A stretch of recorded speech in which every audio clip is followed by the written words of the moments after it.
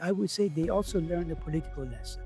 The political lesson was that, as the expression goes, nobody scratches your back except your own fingers, right?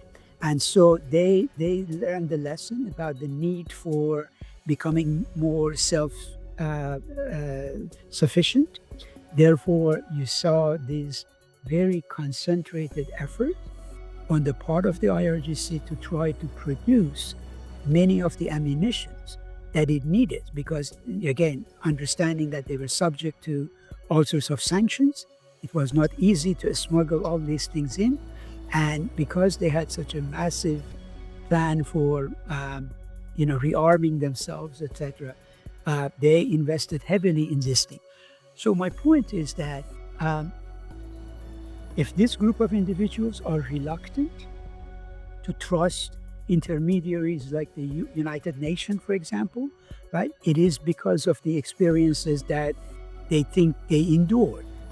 For example, they often you hear this in when you read their memoirs, when Saddam Hussein used chemical weapons against Iranian soldiers, right? And many of these folks again became, in one way or another, either casualties of those chemical attacks or lost buddies as a result of that.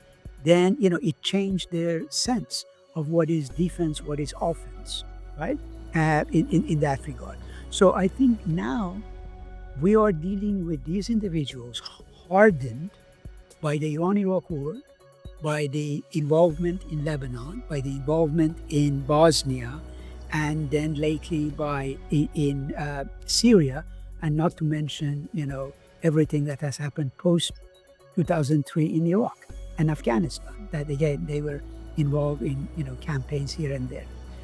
So battle hardened individuals, not necessarily trusting of the outside world, believing that might is right approach, and that you better push for what you want. I think that's the aggressiveness that we see, and that has been further validated by the elimination of the supreme leader and other commanders, right, in the Israeli and American air raids.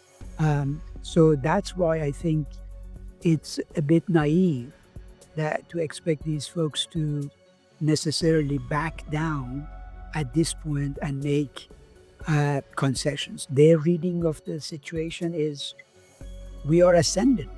This is our moment, and let's milk it for what it's worth.